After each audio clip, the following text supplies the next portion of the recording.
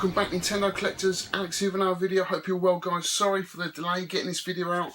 I felt really rough last week. I did plan to get one out, but I had a rotten cold. I had 2 days off work. It's really unlike me to get this ill, and along with hay fever was really, the pollen count last week was horrendous. So combined with the cold, I was in a right state.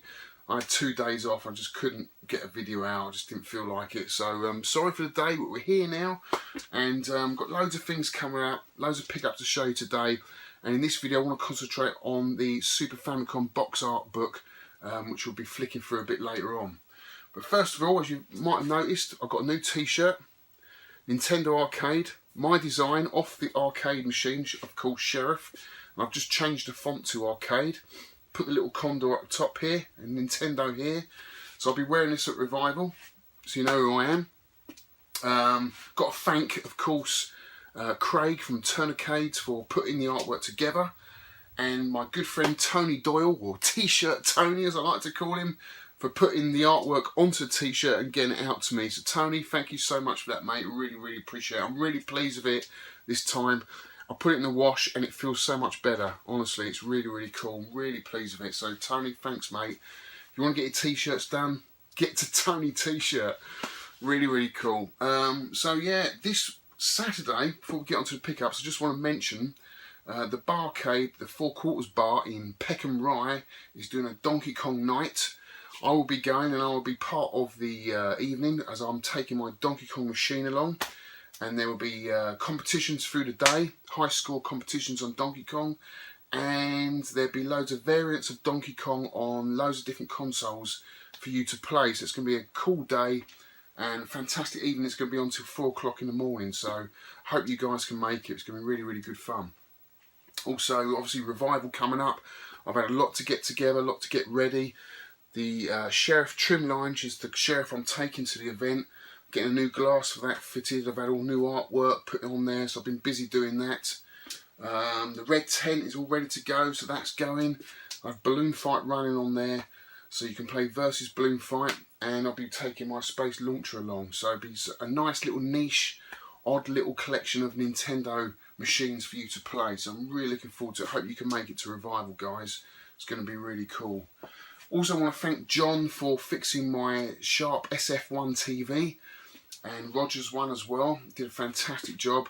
Those will be going to Revival. And as far as I know, this is the first time a 21-inch SF1 TV's been at a show.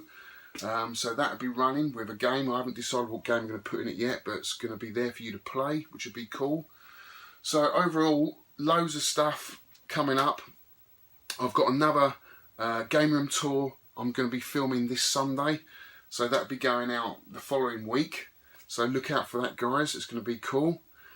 So yeah, loads of things, man. I've been playing loads of games. I've got loads of pickups to show you. So without further ado, guys, let's get on with the Super Famicom pickups.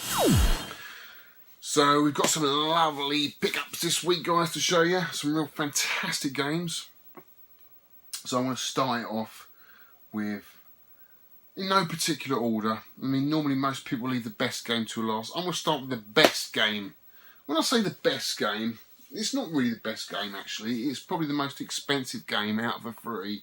And it is King of Dragons, on in the background here, as you can see. Quite an expensive game to pick up, guys, especially in this condition. Partially sealed, just opened at the bottom there, look. In amazing condition, fantastic condition. Cyber Snake, take a look at that, mate. Beat that, son. Is that any good? It's in amazing condition, isn't it? And inside is just as mint. Really chuffed to get a game. You don't often pick up games in this condition, especially games of this age, this calibre. You know, they're quite rare, hard to find. Most of the time, you know, they've got a lot of wear. Things are missing, things are scratched, but this is in mint condition. So it is quite a pricey game. Is it worth it? No, it's not. It's not worth its price tag. It was quite a lot of money. I think it was about 300 quid I paid for that, which is a hell of a lot of money for a Super Nintendo game. It's a stupid amount of money for a Super Nintendo game. But, you know, I'm a collector. I collect games, and that's what I'm into. And I don't collect many other consoles. As you know, I only collect Nintendo. So I don't have loads of different consoles going on. I literally just narrow it down to Nintendo, and that's it. That's all I collect. So if I pick up loads of PS1 games, PS2 games, I trade them on, save up the money, and that's how I get games like this. Now, this is a good game. It's not one of the best sort of run, right and fight type games. The arcade version is a lot better than this, but it's a good port. It's a fantastic theme. I used to love Dungeons and Dragons back in the day. Absolutely adored this game. The board game, the role-playing game, I mean, not the video game.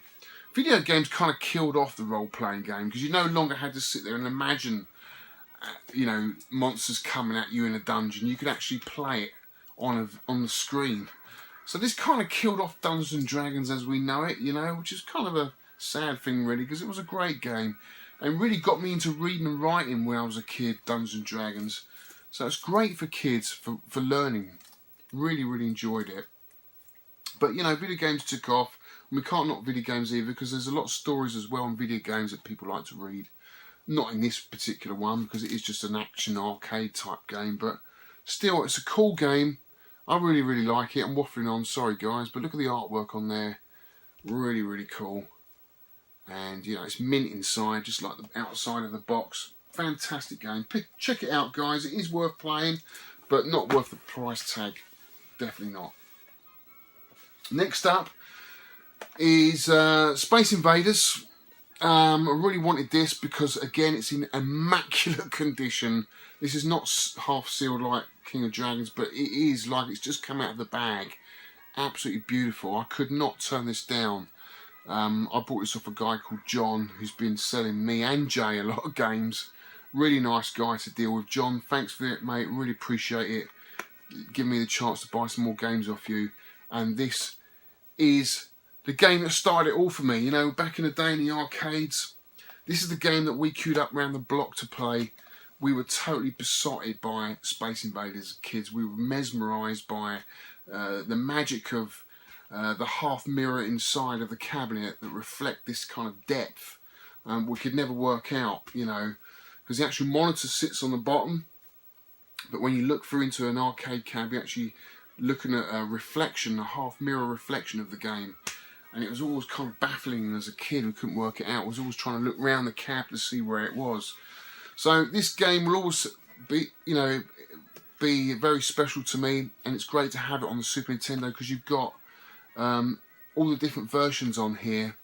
You've got part 2, you've got the colour version, and also you've got another different version, a kind of 2-player version where you play against each other, a bit like Tetris, a bit like Dr. Mario, which is absolutely brilliant. It's been a lot of fun. Me and my mate Dave play this. We love it. I've already got the Japanese version of this, but I had to get this. It's in mint condition, and it is one of my favourite games on the Super Nintendo. So really chuffed to get that. John, thanks again, mate, for giving me the opportunity to buy that off you. Really, really cool. This game, F-Zero, of course, is a classic. It was one of the first games to be released on the Super Nintendo. This is the Player's Choice edition, the millionth seller, so it's sold over 1 million copies. So it gets a special badge here. A lot of Nintendo games have this. They get re-released later on if they've done really well. And of course, F-Zero is a classic game. I've got the Game Boy Advance versions. I've got every version of F-Zero, except I haven't got the N64 version. I don't do the N64, guys. I just can't do it. I'm sorry. But yeah, this is brilliant. Absolutely love this. Got loads of replay value. It is super. Yeah, got this last week actually. It's just got a little bit of a ding. I don't know if you can see it. Just along here. See that? Bit of a crease going on. Doesn't bother me at all. Still in fantastic condition. If I open it up, manual's even in the bag, original bag. Got the dust cover as well, so really chuffed with that. I think I paid 40 quid for all that, which is not bad for a classic game in that condition. I've already got the Japanese version. Got to have the American as well, just of the classic Nintendos. Really, really cool. Really chuffed to get all of those 3 games. Some fantastic Super Nintendo games there, guys, to add to my collection. Now, for the rest of this video, I want to talk about and cover and show you the Super Famicom book by Bitmap Books. Bit hard one to say there. It is a fabulous book. So what I do is I'm going to set the camera up slightly in a slightly different angle, and we can just look down on the book. And I'm going to go through every single, well, not every single page, most of it you can have a look at. If you don't want to, if you're thinking of getting this book, guys, don't look all the way through it. You want some surprises, because I'm going to show a lot of it. Because I don't think there's any other videos that have done that, and I want to show people almost the complete book if I can, because there's some fantastic pictures in there. But you know, you don't have to watch the whole video if you're thinking of buying this book, if you want a few surprises. But I totally recommend this book. It is fabulous. So without further ado, let's have a look at the Super Famicom art book collection by Bitmap Books. So here's the beautiful front cover of this glossy box of the Super Famicom box art collection. Here we've got a picture of Rockman playing with the Super Famicom controller. As you can flip it over here, it's got Bitmap Books on the side. The artwork wraps right round to the back, which is really nice. Detailed images of Link there and some enemies from different games, not quite sure which. And here it looks like a misprint because it says it wasn't easy being a Nintendo Ann in the early 90s. That must be fan.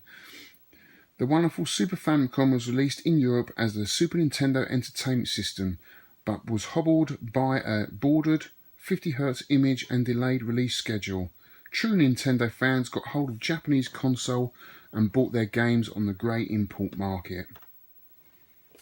So what I'm going to do now, guys, is just break the seal on the front here and then open it up.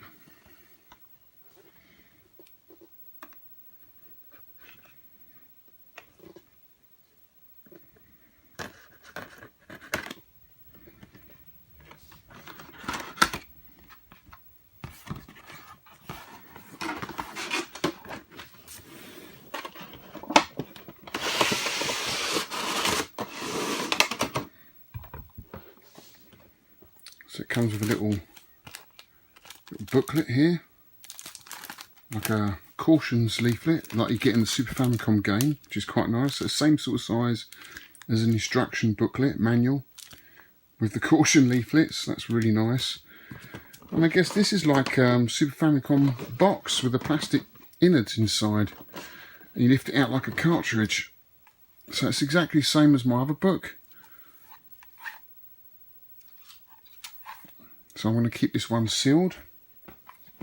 And that's it. That's really all you're paying for, is the box and the instruction caution manual leaflets here. Just open these up. See what we get inside.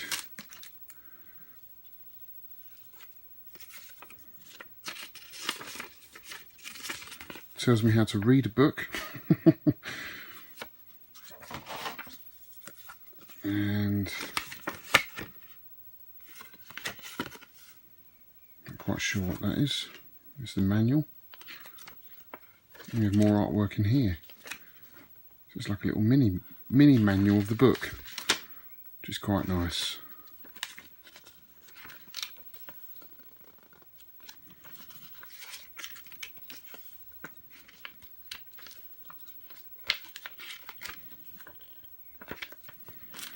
So that's it, guys. So what we'll do now is I'm going to lay the book down and I'm going to go through every single page, and you can just appreciate all the artwork for yourselves.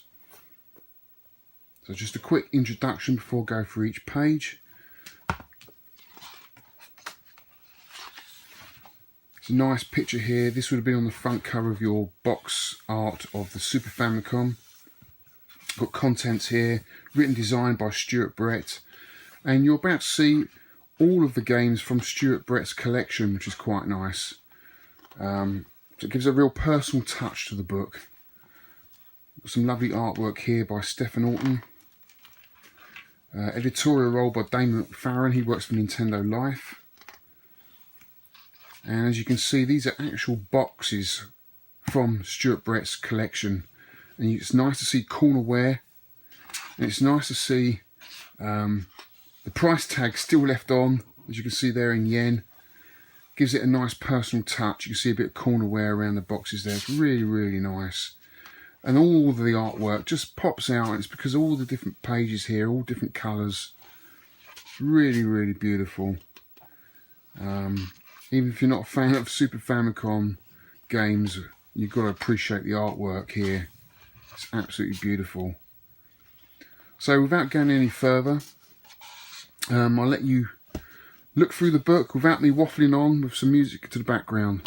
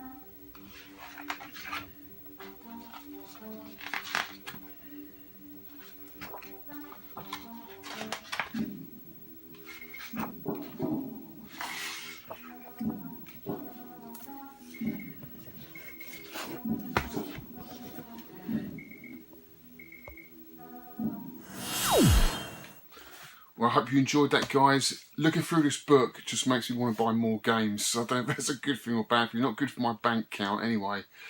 But absolutely beautiful. A must for any Super Nintendo collector. You have to have this in your collection. It's just one of those books you need to have. Anyway, I hope you enjoyed that again. Thanks for watching. Look out for my next video. See you again soon, guys.